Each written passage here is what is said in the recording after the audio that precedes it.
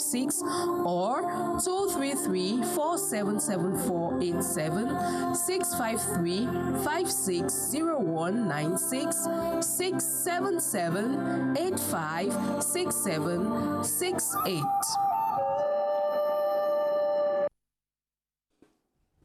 Welcome back. That, of course, tells you it's time to meet and talk to Emmanuel Shiangong. Well, he does most of the talking because he gives all the advice.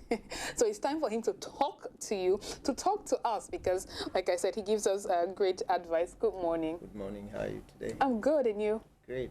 It's nice to see you, though. You were a bit off. Yes, I know. C'est des cadeaux que les parents ont laissés pour l'humanité dont on s'en sert ici aujourd'hui. Donc, si on ne l'avait pas eu comme cadeau, on ne serait pas en train de vous apporter à chaque fois qu'on a l'occasion, tout ce qu'il a bénéficié comme éducation et comme expérience dans le monde entier. Donc, merci d'être encore des nôtres aujourd'hui, Emmanuel. Hi, Christian. Ça va très bien, ça va très bien aujourd'hui. Alors, you had a hectic weekend. Yeah, un weekend. very eventful. Oui. Yeah, very eventful. I mean, that's a good thing. Yeah. You know, lots and lots of things to do. C'est vrai. Bon, mais ça va aller. Okay. Alors, qu'est-ce que vous souhaitez laisser à l'humanité aujourd'hui, coach Emmanuel Shiangong? On était que je vous appelle comme ça. Des fois, je vous laisse dans tes inspirations. Oui. Parce que je ne sais pas d'où ça vient, mais ça doit forcément apporter quelque chose. Alors, je vais peut-être, si tu permets, Manda. Oui. Of course. Comme tu me dis, very eventful. Very eventful. Yes. Alors, j'étais justement à un événement samedi. Oui. Une mamie, 60 ans mardi dernier, qui a eu ses 60 ans mardi dernier. Et dans notre législation, à 60 ans, il faut partir en retraite.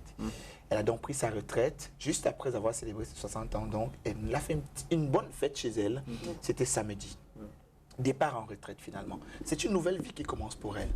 Alors, comment doit-elle la vivre? Voir cette retraite comme une sanction, parce que pour certains aussi ça sonne comme tel, ou alors comme une nouvelle vie. Qu'est-ce qui doit rentrer maintenant dans la vie de ce nouvel être qui n'ira plus travailler aujourd'hui? Comment devrait-elle prendre soin d'elle pour continuer de rester aussi longtemps encore?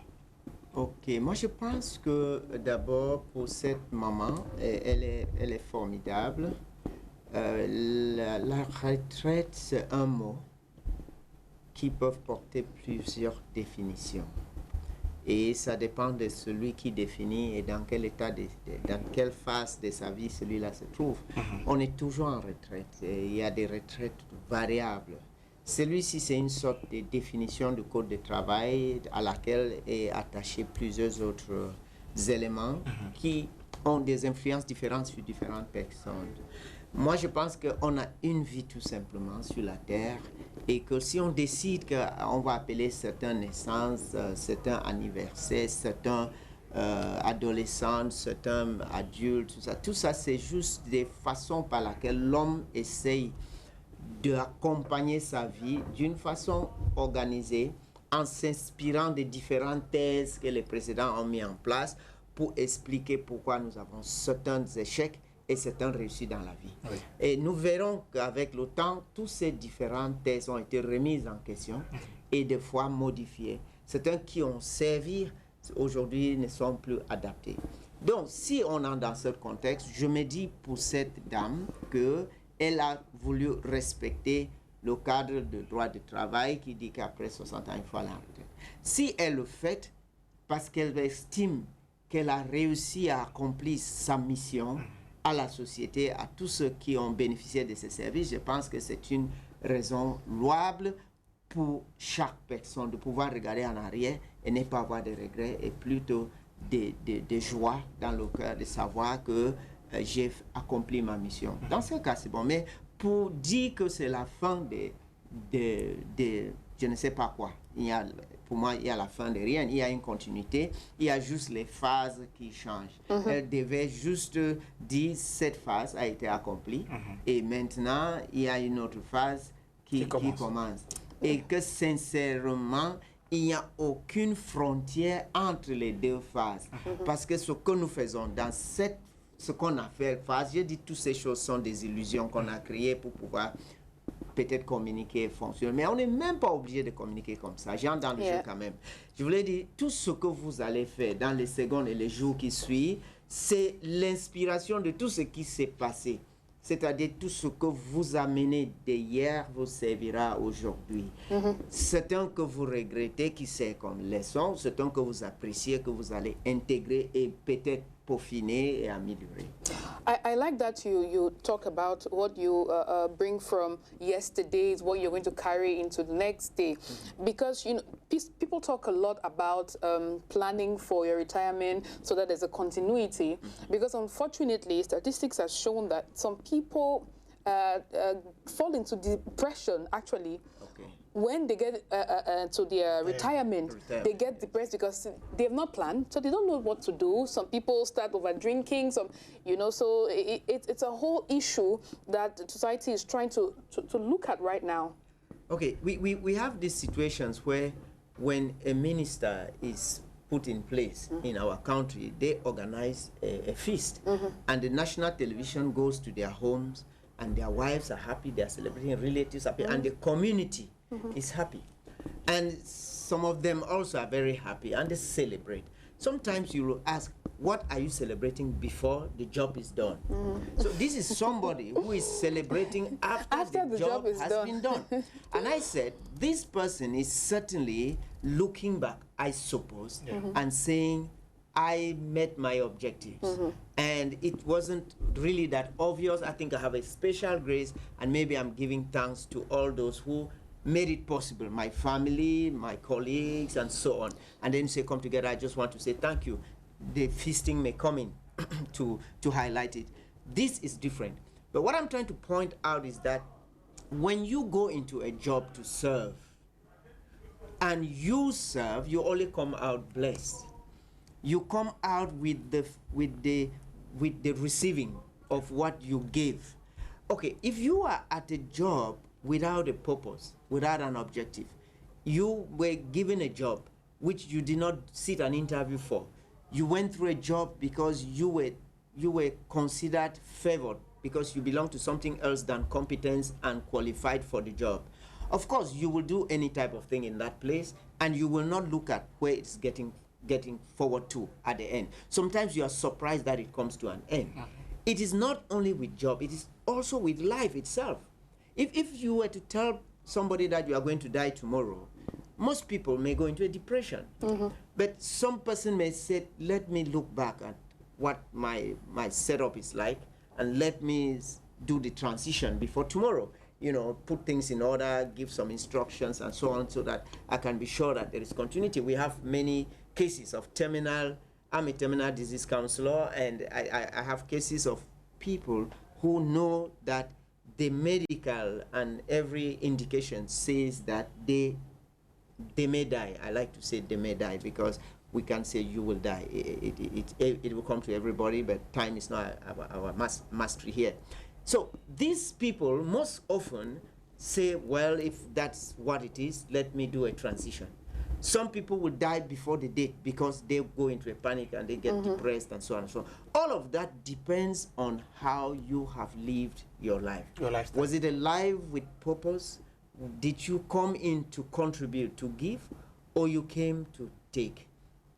If you came to take at all costs, of course you will give immediately before you go, and that can be very painful. If you came to give, then you will have the grace of deserving a transition to what those who give consider a higher level of existence, which is your spiritual realm. And you are nourished in that realm by the job you have been doing on the earth. Because we come into a body to be tested, to be tried, to be put to a challenge. And we have the opportunity to move into a higher level when we are challenged and we come out more humble, more efficient, more accepting of the challenges, and more humble with the results. And so we never really celebrate anything. We just look at the grace with which we are called to meet a tougher challenge, in quotes, and to come out of that challenge with another grace to keep on going. So these are the pictures. In the case of jobs, we have never seen a job as an opportunity to bring grace to people's lives. If you want to become the governor of this province and you go into a campaign, generally what you say to win the election is that I will improve on your lives. Tout à fait. If you go into a campaign and you say, by the time I am 10 days in office, I will destroy all of you.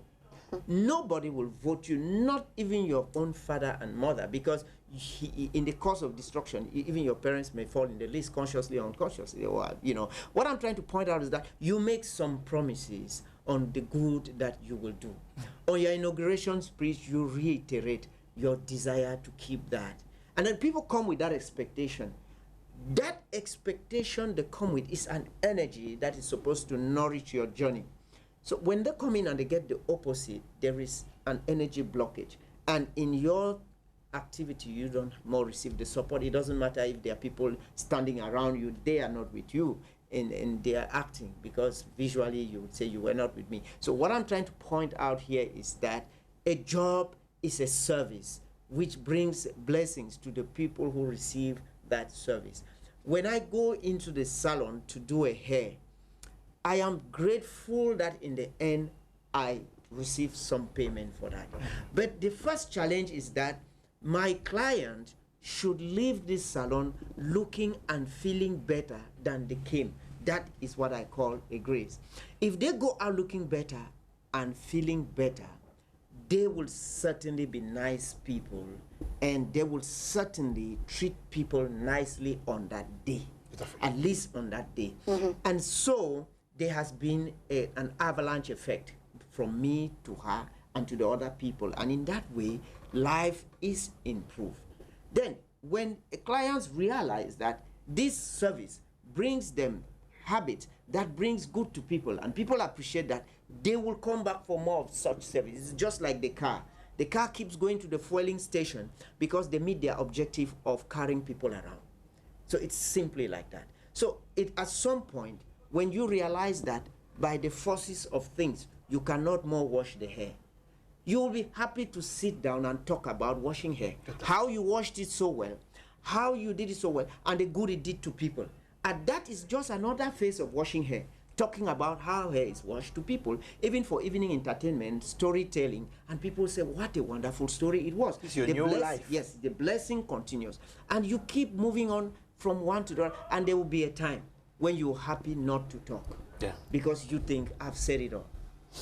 Right. So what I'm taking from this is there's no better way to prepare for any transition, retirement, or whatever it is than living a fulfilling life, serving others, making peace with yourself, and making peace with God. Thank you very much.